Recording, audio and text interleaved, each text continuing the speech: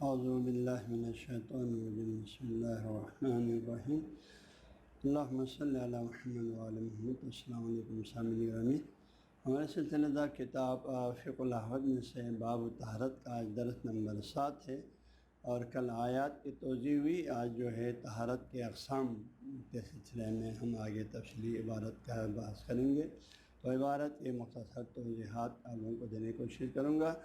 تو آج کے بعد میں آگے شاہ صاحب علیہ رحمہ فرماتے ہیں اسی آیت کی تشریح میں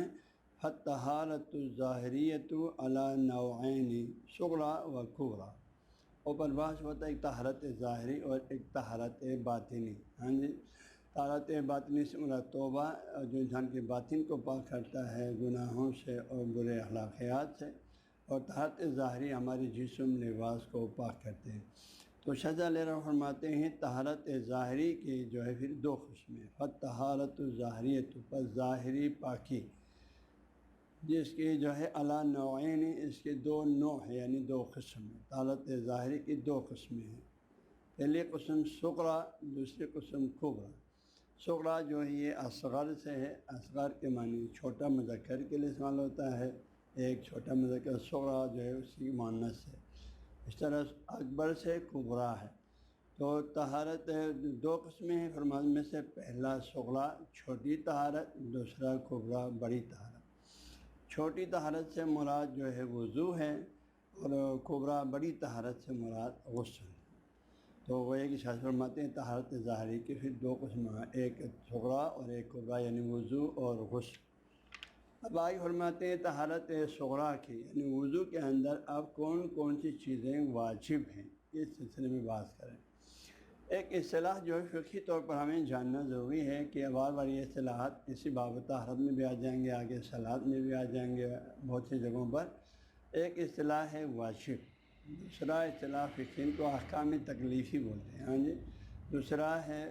مستحب جو واجب کا ساتھی ہے، اور سنت کا لفظ بھی استعمال ہے اس کے لیے، ندب کا لفظ بھی استعمال ہے اس کے لیے، اور تیسرا جو ہے حرام، اور چوتھا جو ہے مکروہ، اور پانچواں جو ہے مباح یا اباحہ۔ تو یہ پانچ اصطلاحات جو فقہ میں بار بار استعمال ہوتا رہتا ہے، تو اس بارے میں تھوڑا سا توضیح دے کہ ہم آگے بڑھوں۔ تو واجب جو ہے اللہ تعالیٰ کی طرف سے ان احکامات کو واجب کہا جاتا ہے جن کا ہمیں کرنے کا حکم دیا ہے، اللہ تعالیٰ نے تاکید کے ساتھ کرنے کا حکم دیا ہے، جیسے 5 وقت کی نمازیں، فرض نمازیں، رمضان کے روزہ، زکوٰۃ وغیرہ،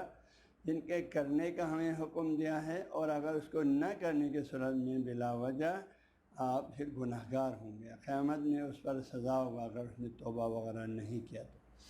اور اس کے جو دوسرا ساتھی جو ہے واجب کا وہ ہے مستحب یا سنت، اور اسی میں نفل بھی آ جاتی ہے، لیکن اصل چیز واجب اور اس کے ساتھی مستحب یا سنت یا ندب کے اصطلاح بھی ہے۔ تو سنت مستحب سے مراد جو ہے وہ شرعی جو ہے احکامات ہیں جس کے انجام دینے کا حکم ہے، اور انجام دینے پہ ہمیں ثواب ملے گا، لیکن اگر کسی بھی مجبوری سے، کسی بھی وجہ سے انسان اس کو بجا نہیں لا پایا، اس نے انجام نہیں دیا، اس حکم پر عمل نہیں ہوا، تو وہ گناہ گار نہیں ہے، قیامت میں اس کو کوئی سزا نہیں ہے۔ تو ایسے احکامات شرعی کو مستحب یا ندب کہا جاتا ہے، یا سنت کا لفظ بھی استعمال ہے ان کے لیے۔ تو اسی وضو کے باب میں بھی آئے گا، ایک اصطلاح ہے واجبات وضو، دوسرا اصطلاح ہے مستحبات وضو۔ تو واجب اور مستحب ساتھی ہے۔ واجب ان احکامات کو کہا جاتا ہے جس کا انجام دینا لازمی ہے، نہ دینے کی صورت میں، اس کو چھوڑنے کی صورت میں گناہ، جیسے 5 وقت کی نمازیں، رمضان کے روزے۔ مستحب وہ احکامات ہے کہ اس کے کرنے پہ ثواب ہے، اگر آپ نے اس کو چھوڑ دیا، نہیں کیا، اس پر آپ کو گناہ نہیں، کل قیامت میں مواخذہ نہیں۔ جیسے آپ کے جو ہے نمازوں کے جو سنتیں ہیں، جیسے ظہر کی 8 رکعت سنت ہے، عصر کی 8 رکعت سنت ہے، مغرب کی 4 رکعت سنتیں ہیں، یہ سنتیں پڑھیں گے آپ کو ثواب ملے گا۔ اگر آپ سے رہ گیا، آپ پر گناہ نہیں ہے، مواخذہ نہیں ہے، قیامت میں سزا نہیں۔ تیسرا جو حکم ہے حرام ہے۔ حرام اور ان احکامات کو کہا جاتا ہے جن کو کرنے سے اللہ نے ہمیں سختی سے منع کیا ہے، ہاں جی منع کیا ہے، اور اگر آپ پھر بھی اس کا ارتکاب کریں گے اور انجام دیں گے، اس پر آپ کو گناہ ہے۔ عبادات میں اگر آپ نے ایک حرام چیز کا ارتکاب کیا تو وہ عبادت باطل ہو جاتی ہے۔ ہاں جیسے نماز میں شاہ صاحب نے فرمایا کہ آپ کو نماز کے اندر پیچھے کی طرف موڑ کے دیکھنا حرام ہے، اگر آپ نے دیکھ لیا آپ کی نماز باطل ہو جاتی ہے، آپ کو پھر اثر نو نماز پڑھنا پڑتا ہے۔ تو لیکن دوسرے کچھ حرام ایسے ہیں جیسے حرام کی جیسے شراب پینا حرام ہے، ہاں آپ کو منع کیا اللہ نے شراب پینے سے، اور انسان نے پھر بھی پی لیا، ہاں تو اس پر کل قیامت میں مواخذہ ہوگا، اگر اس نے توبہ نہیں کیا اس کو سزا ہوگا، دنیا میں بھی جو اگر قاضی پکڑیں گے اس کو 2 گواہوں کے ساتھ اس کو پھانسی کوڑائے۔ تو یہ جو ہے حرام چیزیں، وہ تمام کام جس کو اللہ نے انجام دینے سے مومن بندے کو، مسلمان بندے کو منع کیا ہے، مقرف کو سختی سے منع کیا ہے، اگر آپ پھر بھی انجام دیں گے آپ کو سخت سزا کا وارننگ ہے۔ ہاں جی ان کو حرام کہا جاتا ہے۔ اس کا دوسرا ساتھی تو اس کو مکروہ یا کراہت کہا جاتا ہے۔ وہ شرعی احکامات ہے اس کے انجام دینے سے ہمیں منع کیا ہے، اس کا انجام دینا اللہ کو پسند نہیں ہے، لیکن اس ذات اقدس نے اپنے لطف و کرم سے ہمیں اگر انسان ان مکروہ چیزوں کا جس کو اللہ نے مکروہ قرار دیا اگر آپ نے انجام دے دیا تو اس پر آپ کو سزا نہیں ہے، آپ کو اس سے وہ عمل باطل نہیں ہوتے۔ اگر ایک نماز جیسے نماز کے اندر جو ہے اگر آپ نے دائیں بائیں دیکھ لے، تھوڑا سا چہرہ قبلے کی طرف سے رخ پھیر دے دائیں بائیں طرف تھوڑا سا، تو یہ مکروہ ہے، اس سے آپ کا نماز باطل تو نہیں ہوگا لیکن جو ہے اس سے ثواب میں کمی آ جائے گا، نماز باطل نہیں ہوگا مکروہات کے اعتبار سے عبادات میں۔ ویسے اگر کوئی اور کام اللہ نے اگر مکروہ قرار دیا ہے تو اس مکروہ کے انجام دینے پہ سزا نہیں ہے، لیکن اللہ کو وہ کام پسندیدہ نہیں ہے، اس کے لطف کرم سے نہ ہمیں اس پر سزا نہیں رکھا، تو یہ مکروہ ہے، حرام کے ساتھی ہے، حرام کے ارتکاب پہ گناہ ہے، سزا ہے، مکروہ چیزوں کے کراہت والی چیزوں کے ارتکاب پہ سزا نہیں ہے، اس سے عمل باطل نہیں ہوتے، عمل کے ثواب میں کمی آئے گا، اور